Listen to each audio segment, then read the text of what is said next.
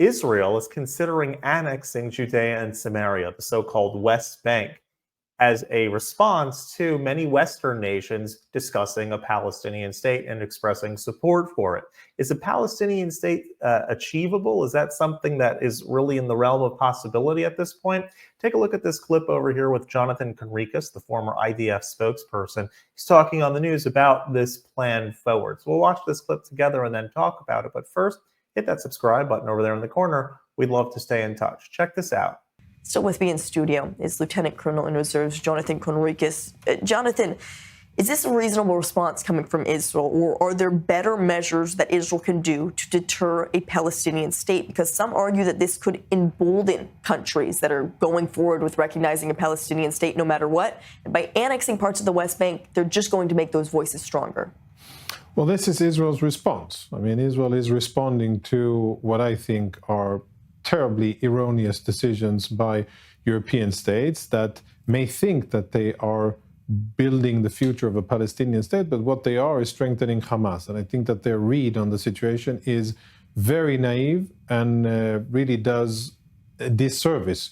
If they really want to improve the conditions for Palestinians, then they should be focusing on getting rid of Hamas and making clear that Hamas doesn't have any standing, because if there is a Palestinian state, directly after October 7, the party that will gain from it and will be translated into electoral gains will be Hamas, not the weak and corrupt Palestinian Authority. So I think Israel is responding.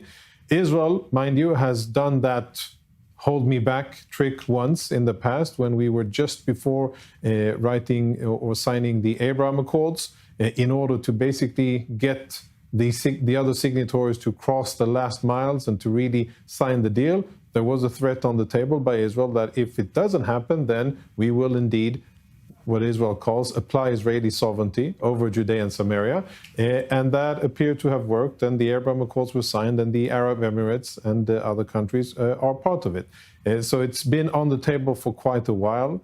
And I think that Israel will continue to make the steps in order to be ready to apply it.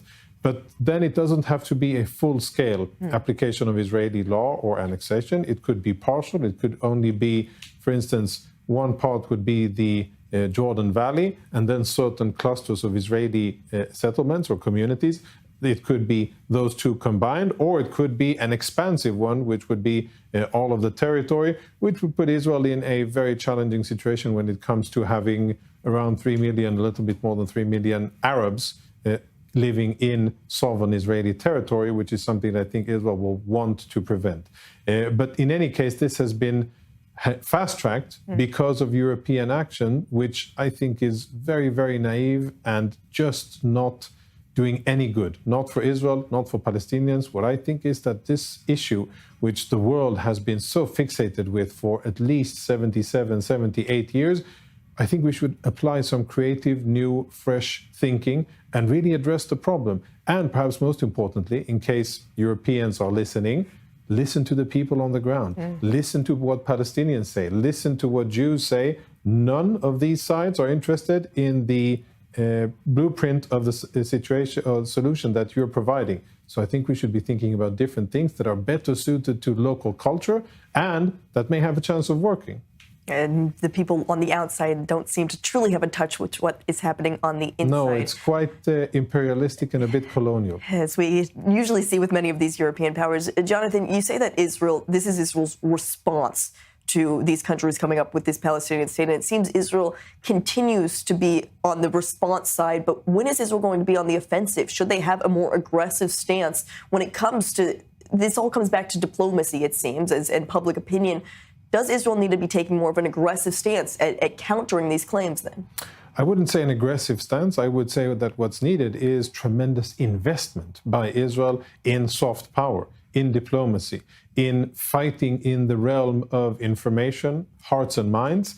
I wouldn't say that. I don't think that we lack anything in terms of aggressive power. I think we are perceived as very aggressive, sometimes justified, sometimes not justified. What I think we should be doing is investing the creativity, the great minds, and the great human capital that we have in Israel on acquiring more soft power, on having more diplomats, men and women, on having more spokespeople, on reaching out, on doing more things that are grassroots level that will maybe allow people to see Israel in a different light, not through the lens of conflict, but through different lights. And I think that is where we're lacking. The moment that we will do that in sincerity, with massive investment in it, I think that would be tremendously beneficial for Israel, and it'll be good for our neighbors as well. And it's important to have voices like yours that continue to spread what's happening here. Senior fellow at the... A two-state solution was never really a solution, never really an option, unfortunately, on the table in any of this. Israel's tried many times, made many offers, had many discussions, agreed to many things over the decades,